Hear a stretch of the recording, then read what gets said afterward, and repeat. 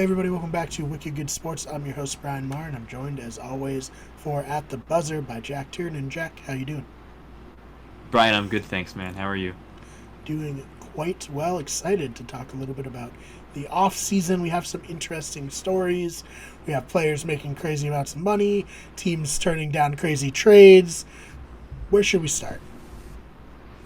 I don't know, man. I think the milestone is important. So let's Mm-hmm. start with our guy LeBron.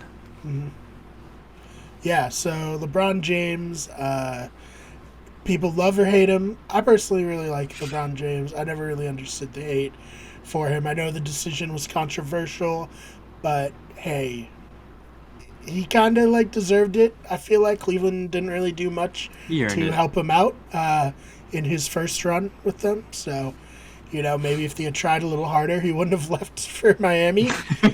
Just saying. But yeah, what's the big milestone for him? So LeBron James is the first active athlete on a roster to make or become a billionaire, basically, which Insane. has never been done before. Mm-hmm. Insane. Uh, when you think about LeBron, I'm kind of with you. You know, I like LeBron as well. Definitely hated him when I was younger, but it's more of Right, an right. envy than a hate. Yeah. Um, And the Celtics and coming Heat had a bit of a rivalry, always, like yeah. We had it was the beefs. We same. had beefs. Mm-hmm. But there was, from a dude coming from his humble beginnings, doesn't have a father, single mother, Mm-hmm. raised in Akron, Ohio. Um, Dude deserves it. Mm-hmm. He's worked his tail off. He's done movies, right? He's Mm-hmm. made, I think it was upwards of 330 million in career earnings just from Yep, salary that's in the insane NBA. alone. Just take that. Yeah, That's so much that is a money. third. Yep. And of like you were saying earlier, he's everywhere. He's Mm-hmm. got his own shoes with Nike, Jordan. The dude makes a lot of money. Yeah, So totally deserved. Congrats to LeBron. No better person to do it than him, I don't think. yeah. No, I mean, especially for me as like an NBA fan, he was coming right in. In 2004 when I was 11, when I was just getting into basketball in a serious way. So LeBron James has been the NBA for me. For Yeah. my whole life. So like, it's not surprising to me that he's made $1 billion. That's fucking awesome. Like, good for him. Some people might be like, it's silly.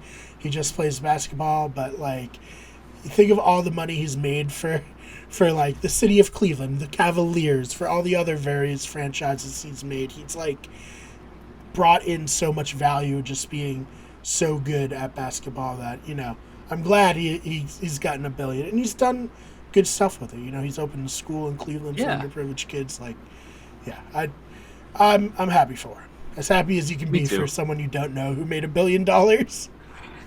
Yeah, for what it's worth, right? Mm, No, good on LeBron. And again, couldn't have happened to a better person, I don't think. Maybe Giannis, right? But no, I'm cool right? with Yeah. LeBron.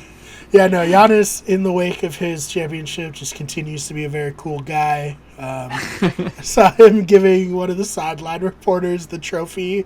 He was like, "You want to hold it?" And I don't remember who it was, but she was like, "I didn't earn it." He's like, "No, this is everybody. Everyone should hold it." And his son is super cute. So it really just like you can't. It's a win-win with that dude. Yeah. So Not saying LeBron's kids aren't cute, from also, from but one like face of the NBA to probably the next face of the true, NBA very very going true. forward. All right, so now to more serious on the court stuff. We have some trades, particularly one that didn't go through. You want to tell us a little bit about the Philly and Toronto trade that never was? It started earlier in the day. It looked like Ben Simmons was going to Toronto, but it didn't happen. Looks like it fizzled out, yeah, which is insane. So the trade I believe was would involve a signing trade back with Kyle Lowry. So it would have been Ben Simmons, the number four overall pick, OG Anunoby, a sign and trade with Kyle Lowry again, and there was one more piece that I'm forgetting, So but I'll pull it up here if I still have it opened it on wasn't Twitter. Siakam. It was not Siakam, which One I don't blame. Siakam. It was Fred Van Oh, Vliet. Fred Van Vliet. I think that's too much for the Raptors to give up, and they thought the same. So Yeah, so they obviously declined they're that. like, Yeah, no right. thanks.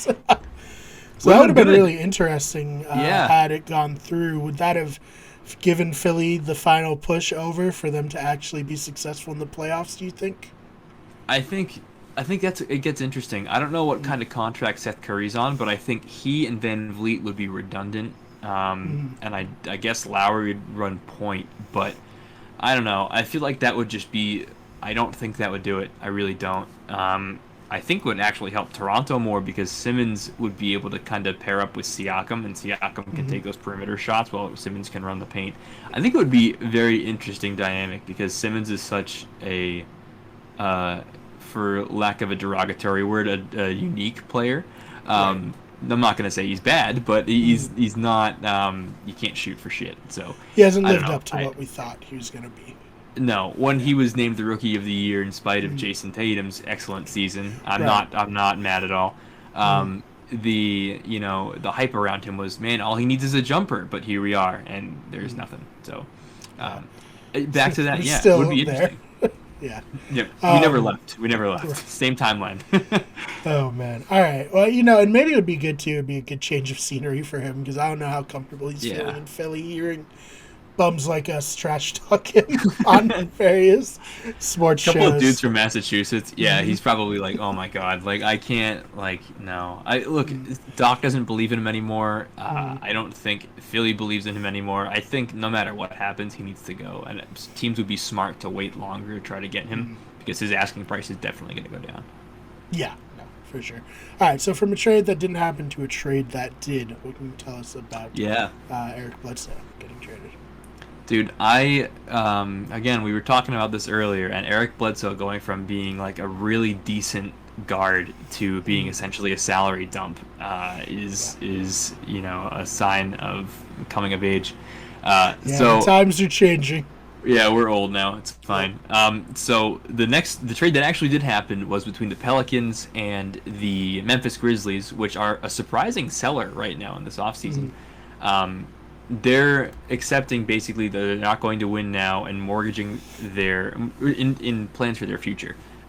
So with that, they traded away Jonas Valanciunas, who is a really, really solid center in the league, and the 17th overall pick to the New Orleans Pelicans for Eric Bledsoe, Steven Adams, who I love. I love Steven Adams, and a number 10. The number 10 overall pick in this year's draft, as well as a 2022 top 10 protected first round pick that has not, come to fruition yet. So, essentially, the Grizzlies are getting 2 first round picks, as long as the second one's out of the top 10, a center, and Eric Bledsoe, who is good but is definitely overpaid for what he does now. Age declines people, so it is what it is. Yeah, so that interesting there. I guess big takeaway, good move, bad mood. Who won this trade? In your opinion? That's tough. It depends on what perspective you're looking at it as. Because if you think the Pelicans have the opportunity to win now, then I think you say the Pelicans win. But Memphis in the right now loses this trade for sure because they're getting rid of probably, I don't want to say top 5, but definitely top 10 center in the league. For basically washed up Eric Bledsoe, a watered down version of Jonas Valanciunas, and maybe another pick next year. They do move up 7 slots in this year's draft, so not all is lost. But I think the Pelicans do get help with Valanciunas because his spacing will help with Zion. And with Zion and Steven Adams, when both of those dudes are going for offensive boards all the time, it gets a little crowded in the paint. So the opposing defense can just kind of crowd them up in there. Where Valanciunas can stretch the floor a little bit because he is a 3-ball. But I don't know. I think helps the Pelicans in the now, and they dump Eric Bledsoe's salary. So I think probably if I had to pick a team, it would be the Pels that win that. That's fair, I think. All right, so we already talked about LeBron James' wealth off the court. He potentially is going to be getting richer on the court by acquiring a new teammate. What's going on there? Man, the only thing I'm hoping for here is he takes Kuz's number because nobody likes Kyle Kuzma. Anyway, Russell Westbrook has gained some traction to the Lakers, which I'm sure everybody who's a Lakers hater loves to hear, myself included. I don't know. I didn't see any compensation for it, but Westbrook, I believe, only has a few years left on his deal, 1 or 2 years. So it would definitely be a rental and is kind of in line with LeBron and AD's salaries as well, and contracts length as well. So if you get Westbrook to the Lakers, that is a potential to come to fruition over the next couple of days maybe. And that's really scary. I don't like that one Something to bit. keep our eyes.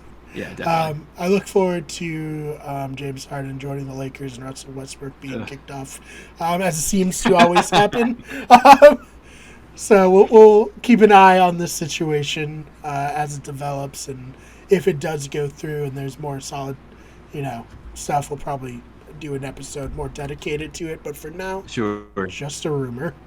So we'll see. Thank God. All right, Jack. Anything else you want to touch on this episode? No, I'm good. Nothing really going on with the Celtics right now. I have heard some rumblings of another Miles Turner trade, which I don't think makes any sense now. But that's all I got, unfortunately, on the C's. All right. Well, yeah. When more Celtics news breaks, we'll of course cover it. And in the future, maybe we'll see you here for some NFL coverage. I know we talked about that offline. Yeah. With the NBA kind of winding down, not that it ever stops, but with stuff slowing down a little bit and the NFL picking up, we're going to be focusing on more NFL coverage. So you'll see Jack on the channel for that. But for now, Jack, where can they find you online? You got it, Brian. So not as many NBA tweets right now, but you can find me Right. on Twitter at Jack_Tiernan. I'm sure I'll have some off-season takes, if nothing else. Awesome. So you can find Jack there. You can find me on Twitter at TheFakeBMar. That's BMARR. This channel is Wicked Good Sports. The main channel, Wicked Good Everything. Our podcast channel is Better Radio. You can find the channels on Twitter at Wicked Good Sport or at WG Everything, on Instagram at Wicked Good Everything, at Twitch at twitch.tv/Wicked Good Everything, and TikTok, search Wicked Good Everything. Thank you so much for listening, and we will see you in the next one.